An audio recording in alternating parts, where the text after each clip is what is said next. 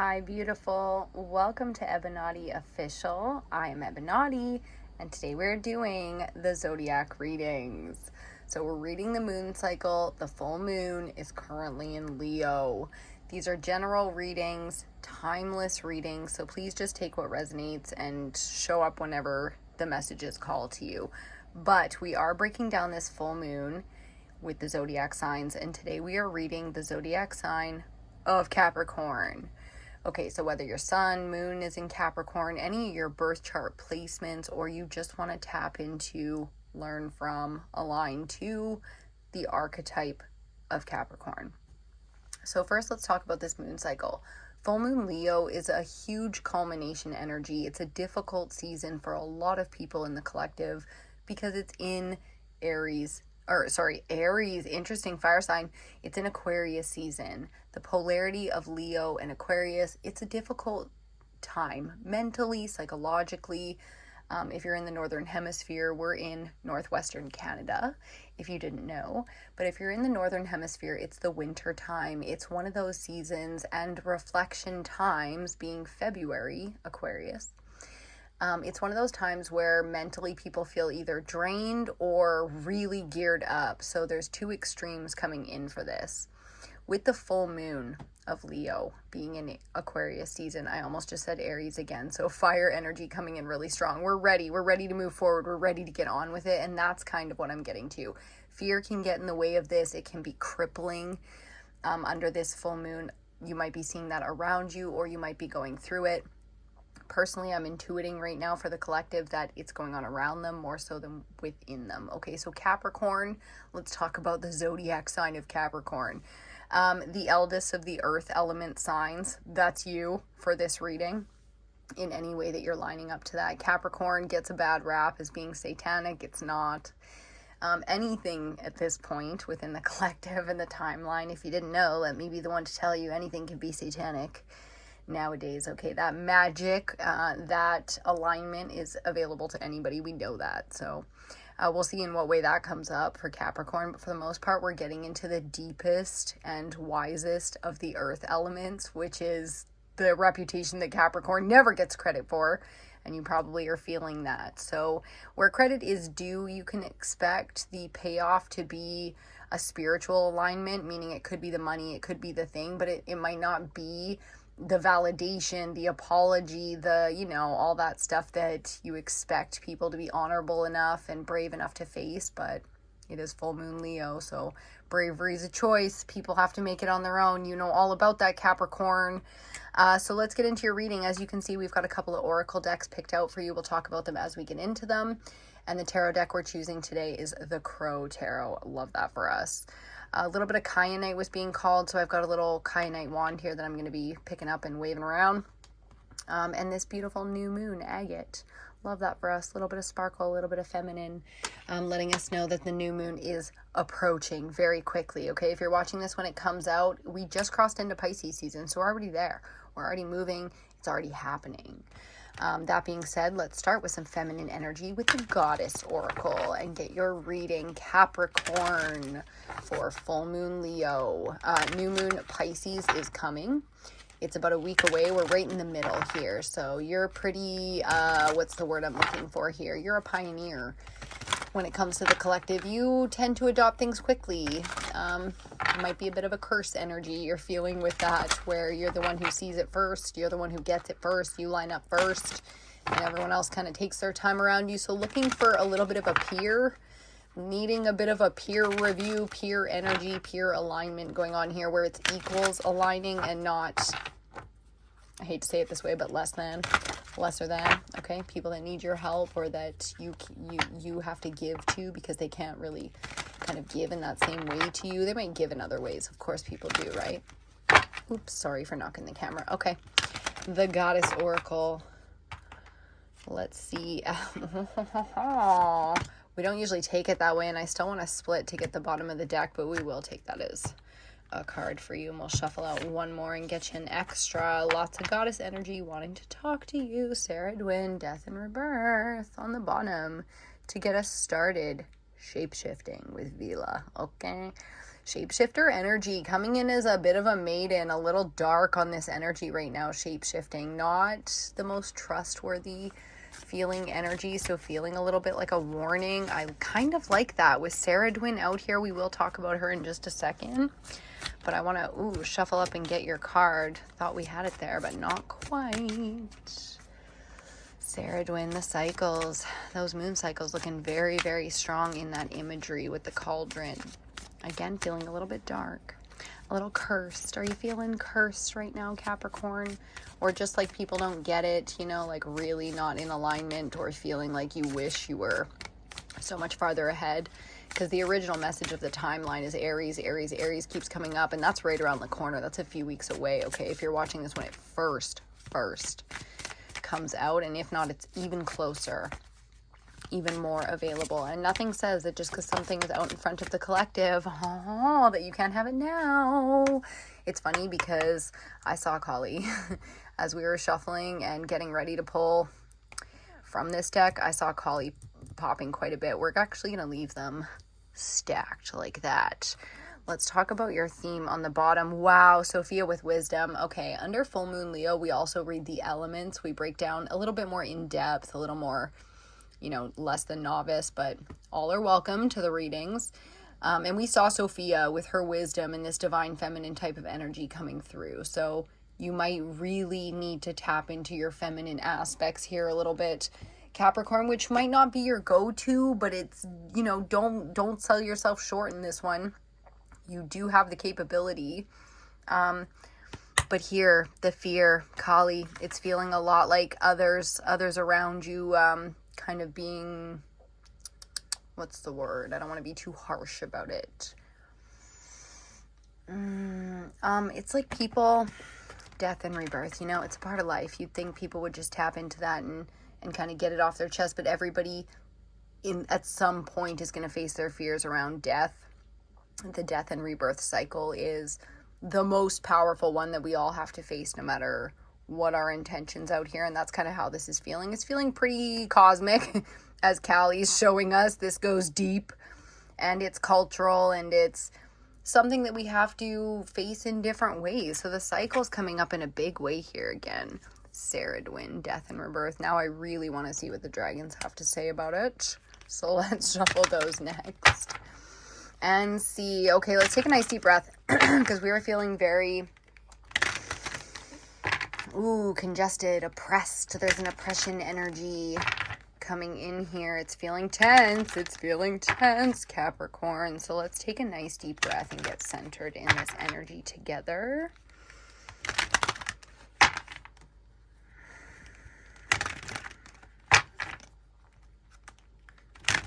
As we pull from the Dragon Oracle next. So the underworld calling a little bit. I love that Sophia's over here just looking like so light and beautiful. And then here there's like cosmos, there's rage, anger coming off the divine feminine that's been oppressed. There's like the mother wound so strong in Kali there, right? And then Sarah Dwin up there with death and rebirth looking so Scorpio. And also all that bad rap of Capricorn, the Satanism and stuff coming in. So depending on how your sleep time is going and how your grid work is going, that means where you're located on the planet, there are ley lines. And a lot of the occult and powers of the world that be have been using those ley lines for a long time to do some shit.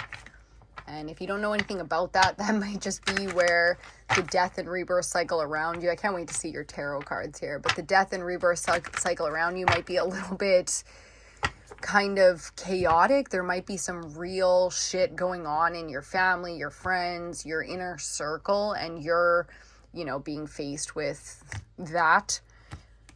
Your part in that, the part that you play in that. Bottom of the deck, Aquamarine. I love this as a theme, being a Pisces myself. So the Aquamarine dragon from Neptune enables you to access your deepest soul wisdom. This is also, I love the trident here, the imagery. This is also all about the compassion and understanding of Pisces, which right now the North Node is in Pisces, so we're all kind of forced into that. There's a lot of abject illusion under that energy too, so it's a pretty powerful theme coming in to tell us that the waters with Sarah Dwin and her cauldron up there under the moons, which have like a shadow face kind of element to them. The waters, again, there's a lot been going on in the planet, on the planet, around the planet for a long time, that those cycles too have their natural timelines where they open and close, and that's how this is feeling, where you don't really get a say necessarily in what's going on in the grids and the cosmos around you. So just, trying to get into the water and not get caught up in this yourself. It doesn't really feel like this is something that's overcoming you, but it doesn't feel like something you're strongly submerged in, which is why the sort of familial or, the friendships, the inner circles, again, the friends feeling a lot like family here, maybe just because they're needy. Let's see what the dragons have to say about it. Okay, we finally got one kind of coming out a little ratchet here, but on the bottom, orange. And I like that that's pairing up with that lovely orange color over in Sophia.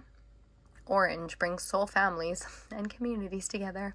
How perfectly aligned. And the advice: spread belonging, warmth, and oneness. Bring people everywhere together. Okay, so Sophia really showing us the power that you have here to influence or be the bridge, if you will, the thing that brings other things together. And instead of allowing people to be caught up in fear of death and the natural cycles or anything in the dark illusion kind of world. Again, that North Node being in Pisces can be pretty illusionary when it comes to the darkness. And again, I almost thought that we got aquamarine again because this looked very similar, but the blue dragon from Pleiades that prepares you to accept source healing. So that's a pretty powerful sacred geometry going on there. The advice: accept a heart activation. Exactly. The flower of life coming through really, really strong right now if you're into that sacred geometry. Give and receive heart healing. Okay, we're going to put that over there with kyanite. Very curious about your tarot cards here. So let's get into it, Capricorn, and get your tarot reading. With all of these oracle cards looking righteous. Damn, she is so pissed. Hey, if there's a feminine that is just righteously angry, know that it's like there's depth to this, right? That it's not just like one simple thing. Even though if you're looking for a resolution, we will get that advice. I'm feeling for the masculines out there. But again, I think the masculine is actually doing pretty well as I see the Tower, just like this card right here. I can see it in the mirror. I'll show you because it wants to be seen.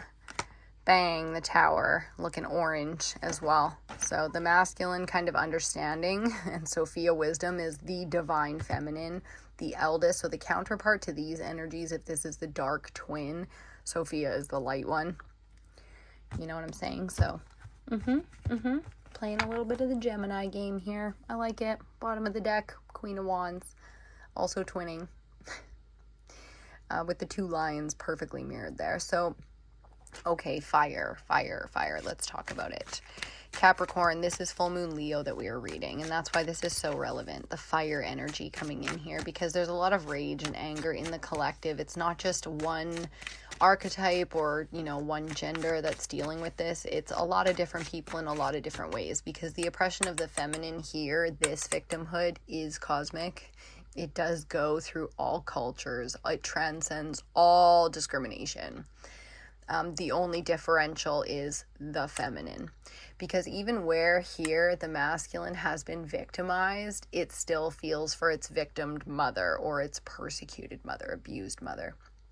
Do you see what I'm saying? Like the masculine's can take it, compared to looking at any feminine having to take it, unacceptable. It's feeling unacceptable. So Capricorn coming in today, you coming in really strong with the masculine energy as the protector, okay? The one who wants to protect and have everything be in perfect alignment, which, believe it or not, that is divine masculine energy, and it's defined as being divine because it is balanced in its feminine over here with Sophia and the orange dragon telling us all about communities and families and what makes that and what love is.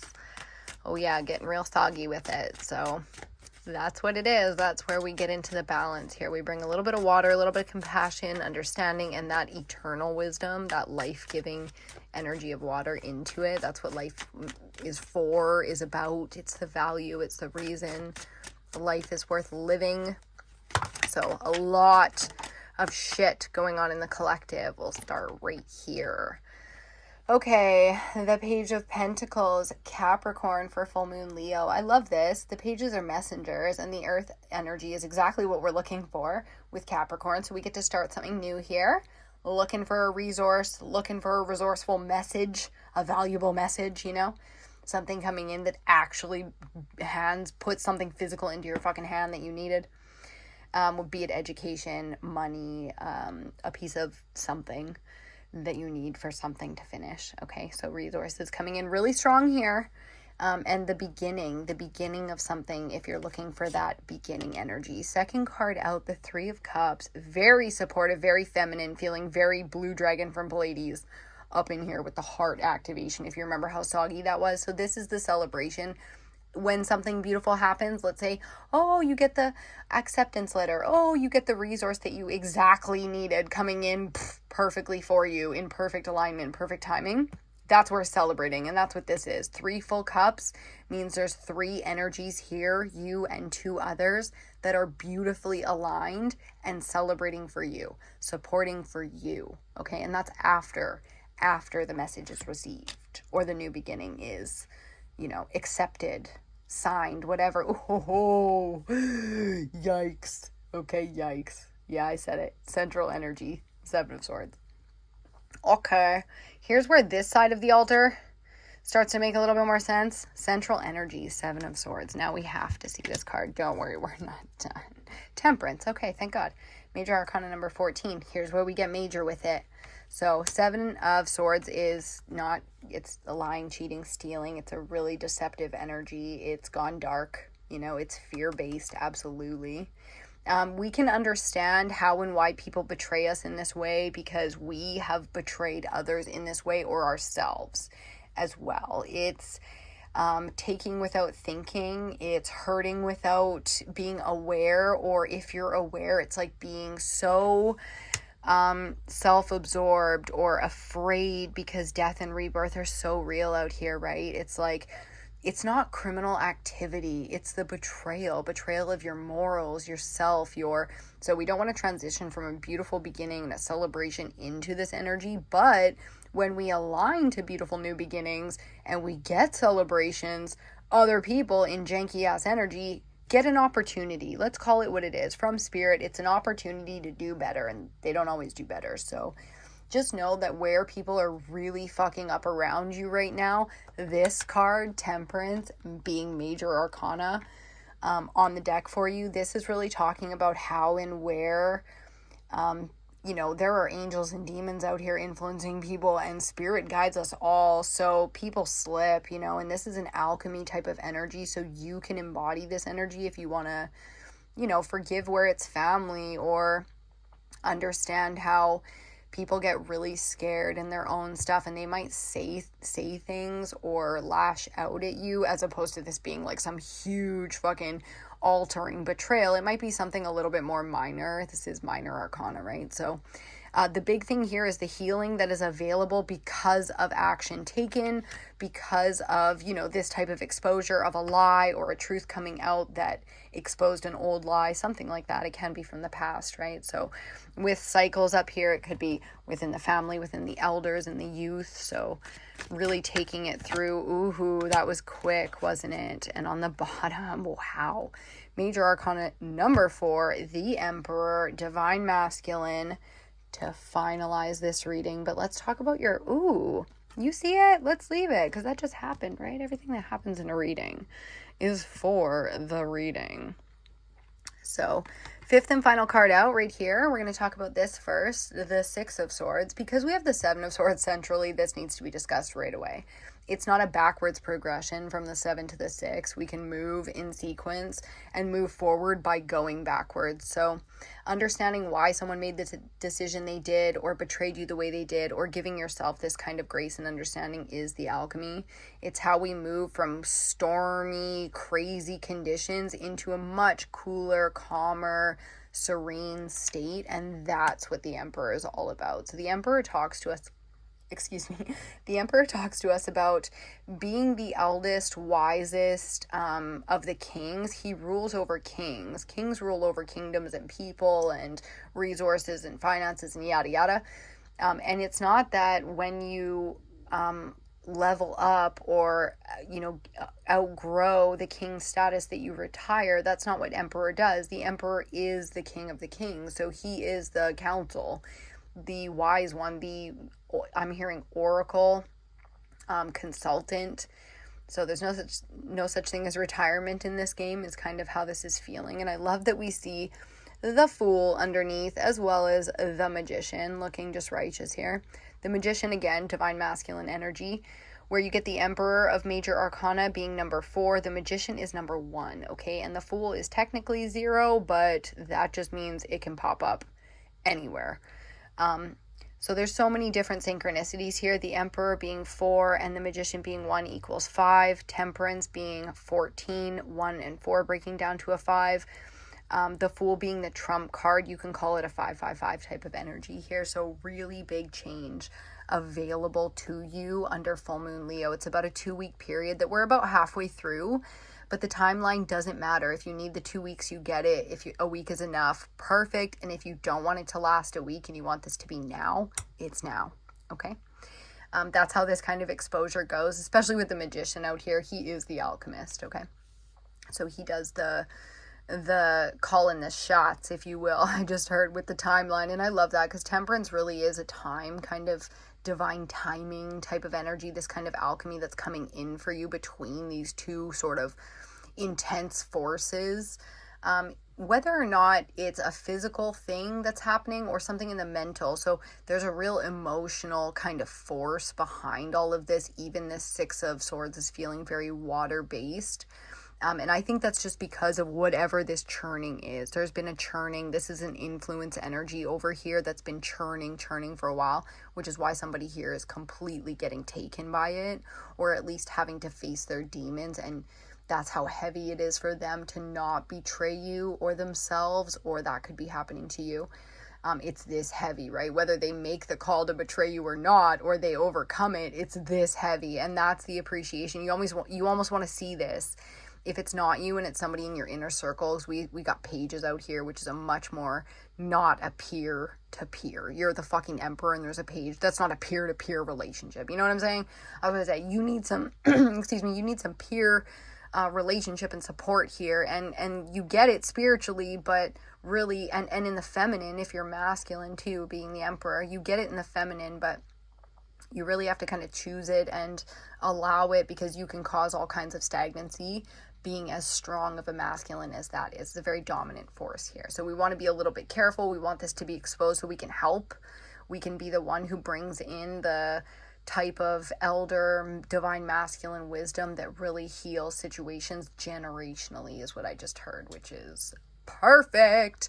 We're going to leave that one right there. I hope you got everything you needed out of this reading today, Capricorn. Thank you for being here and doing the work that you do on you. Please give this video a thumbs up if you enjoyed it. It really helps to circulate. That can be your contribution to the channel if you want to give one. Subscribe if you want more readings. Like I said, the elementals are out and we're doing all the zodiacs for the moon cycles as well. So that's very exciting. Thank you so much, and we will see you on your next reading.